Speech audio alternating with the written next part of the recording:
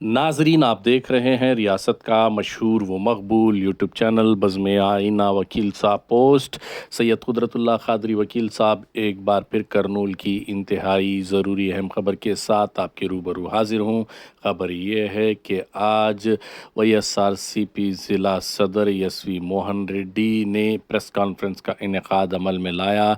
इस मौके पर उन्होंने बताया कि जब से कूटमी हुकूमत यानी NDA, जिसमें तेलुगु देशम, जनसेना और बीजेपी पार्टी शामिल हैं, इन तीनों की हुकूमत रियासत में आई है, उस वक्त से सहाफ़ी यानी जर्नलिस्ट यानी रिपोर्टर्स और पॉलिटिशियंस और सोशल मीडिया इन्फ्लुएंसर्स हर एक पर जो है तेलुगु देशम या NDA की जो है आलोचना करने पर यानी क्रिटिसिज्म तनकीद करने पर जो है केसेस बनाए जा रहे हैं, गैर ज़रूरी जो है जेल में डाला जा रहा है।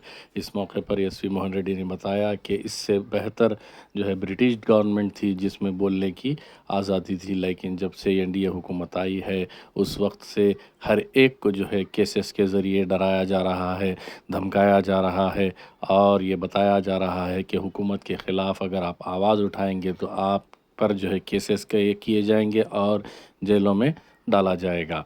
आप देखिए ये ख़ुसूसी रिपोर्ट। सैयद कुदरतुल्लाह क़ादरी वकील साहब को दीजिए इजाज़त। अगर आप हमारे चैनल को अब तक सब्सक्राइब नहीं किए हैं तो ज़रूर सब्सक्राइब करें, लाइक करें, शेयर करें, कमेंट करें, बेल बटन दबाना ना भूलें ताकि लेटेस्ट वीडियोस आप तक बआसानी से दस्तयाब हो सके।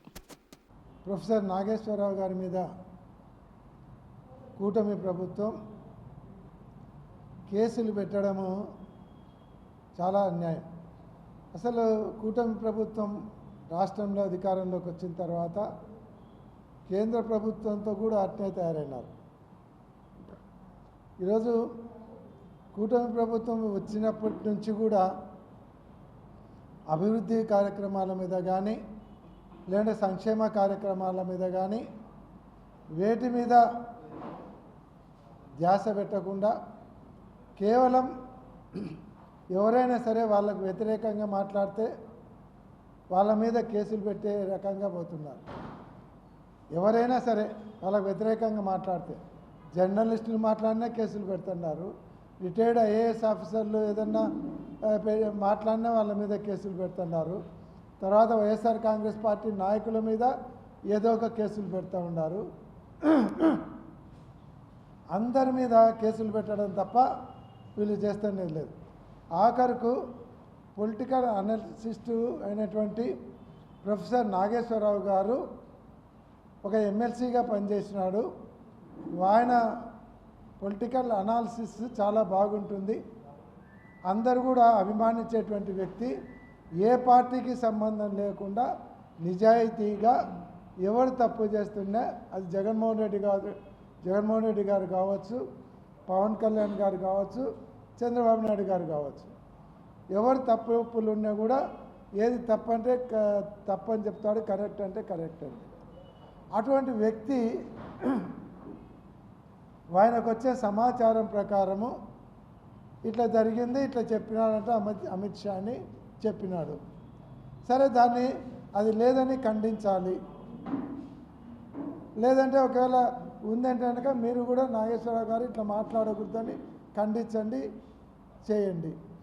ఆఖరికి అతను మళ్ళీ చెప్పినాడు, నేను పొరపాటు అయింది, నాకు వేరే వాళ్ళు ఇచ్చేటువంటి రాంగ్ ఇన్ఫర్మేషన్తో నేను చెప్పినాను, బేషరతుగా నా వాక్యాలను నేను వెనక్కి తీసుకుంటున్నాను అని చెప్పడం జరిగింది. అంత గౌరవమైనటువంటి వ్యక్తి హుందాగా తన వ్యాఖ్యలను వెనక్కి తీసుకోవడం జరిగింది. అయినా కూడా ఆయన మీద కేసు పెట్టడం, అంటే జర్నలిస్టుని కూడా వదిలిపెట్టాడు. అలాగే సాక్షి ధనంజయ రెడ్డి గారి మీద కూడా కేసు పెట్టారు. అంటే నేను జర్నలిస్టుల గురించి చెప్తున్నా. కొమ్మినేని శ్రీనివాసరావు గారి మీద ఒక కేసు పెట్టారు. అంటే వీళ్ళందరూ పొలిటికల్ అనాలిసిస్ చేసేటప్పుడు ఏదైనా మాట్లాడితే కేసేనా? కొమ్మినేని శ్రీనివాసరావు గారి మీద అయితే అవతల పార్టీలో ఉన్నటువంటి వ్యక్తి ఎవరో మాట్లాడితే ఈయన నవ్వినాడు, నవ్వుతో కూడా కేసులే, నవ్వి ఆయనను జైల్లో పెట్టినారు. నాగేశ్వరరావు గారిని తీసుకుపోయి కేసు పెట్టారు. ఆయనను కూడా రేపు ఎల్లుండో పట్టుకొని వచ్చారు. ఇంత దారుణంగా కేసులు పెట్టడం. ఇంకా అన్యాయం ఏమంటే వాళ్ళ మీదనే కాకుండా ఎవరు సోషల్ మీడియాలో పోస్ట్ పెట్టినా తీసుకొచ్చి శ్రీహరి గారి మీద కేసు పెట్టారు. ఆయన కేవలము పార్టీలో ఉండి ప్రెస్ రిలేషన్ చూసుకుంటుంటాడు. ఆయన ఏ రోజు ఎక్కడ స్టేట్మెంట్లు కూడా ఇవ్వడు. ఆయన మీద ఒక కేసు. తర్వాత మహిళా శ్యామల గారు ఆమె అప్పుడప్పుడు స్పీచ్లు ఇస్తుంటుంది. ప్రభుత్వం ఏదైనా తప్పు చేస్తే ఎత్తి చూపుతుంది, లేదంటే పథకాలు ఏమైనాయని అడుగుతుంది. శ్యామల గారి మీద కేసు. అట్లే కారుమూరి వెంకటరెడ్డి గారి మీద ఒక కేసు సోషల్ మీడియాలో. మా కర్నూలులో అయితే చాలామంది సోషల్ మీడియా మీద పెట్టారు. మొన్ననే సనా అనేటువంటి వ్యక్తి, ఆయన ఏం పెట్టింది లేదు, ఎవరో సూసైడ్ నోట్లో ఒక వ్యక్తి పేరుంటే ఆయనతో భరత్ గారి ఫోటో ఉంటే ఇటువంటి వాళ్ళు మీ పక్కన అంటే మీకు చెడ్డ పేరు వస్తుంది సార్ అని పెట్టాడు. సలహా ఇచ్చినాడు, పెట్టు కేసు. పొద్దున్నే 20 మంది కానిస్టేబుల్, సిఐలు, ఎస్ఐలు పోయి ఒక వీరప్పన్నం పట్టుకొని వచ్చినట్టు పట్టుకొని వచ్చినారు. ఇంకా కర్నూలు ఇంకొక దారుణం ఏమంటే సునీల్ పడాల, ఆయన ఏదో సోషల్ మీడియాలో కేసు పెట్టానని లాస్ట్ కాళ్ళు చేతులు ఇరగొట్టాడు. ఇప్పుడు కూడా అతను కట్టుకొని తిరుగుతున్నాడు. దాదాపు 2 months అయినా ఇంకా కట్టుకొని తిరుగుతున్నాడు. వాళ్ళ పార్టీ సోషల్ మీడియా కానీ ఏ పార్టీ అయినా, వాళ్ళ పార్టీ వాళ్ళైనా, ఇతర పార్టీ వాళ్ళైనా, సామాన్య ప్రజలైనా, జర్నలిస్టులైనా, సినిమా యాక్టర్లైనా, పొలిటికల్ అనాలిసిస్టులైనా ఎవరైనా సరే మాకు వ్యతిరేకంగా మాట్లాడకూడదు, ఖబర్దార్ కేసు పెడతాం అని ఇంతమంది మీద కేసులు పెట్టడం.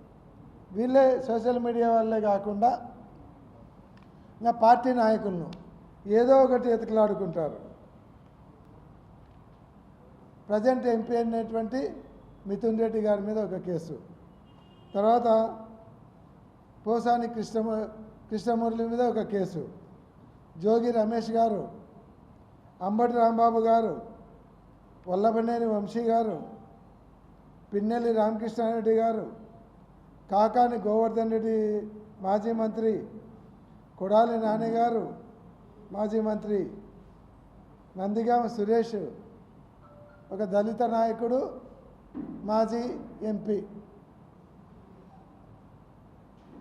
గోరంట్ల మాధవ్ గారు ఒక పోలీస్ ఆఫీసరు, ఆయన మాజీ ఎంపీ, చెవిరెడ్డి భాస్కర్ రెడ్డి గారు మాజీ ఎమ్మెల్యే, కృష్ణమోహన్ రెడ్డి గారు OSD, IAS officer Dhanunjaya Reddy గారు. వీళ్ళందరి మీద కేసు పెడతారు. ఏమంటే ఆపోజిషన్ పార్టీలో యాక్టివ్గా ఉండే లీడర్లు, చేసేజోళ్ళు. ఇదంతా చూస్తూ ఉంటే ఆఖరుకు ఈ కూటమి ప్రభుత్వం కంటే బ్రిటిష్ పరిపాలనలోనే వాక్ స్వాతంత్రము, భావ స్వాతంత్రము, భావ ప్రకటన స్వాతంత్రము బ్రిటిష్ ప్రభుత్వంలోనే ఎక్కువ ఉందేమో అనిపిస్తుంది. బ్రిటిష్ వాళ్ళ కంటే కూడా అన్యాయంగా తయారైనారు వీళ్ళు. పోలీసులను అడ్డం పెట్టుకొని అరాచక పాలన చేస్తూ ఉన్నారు.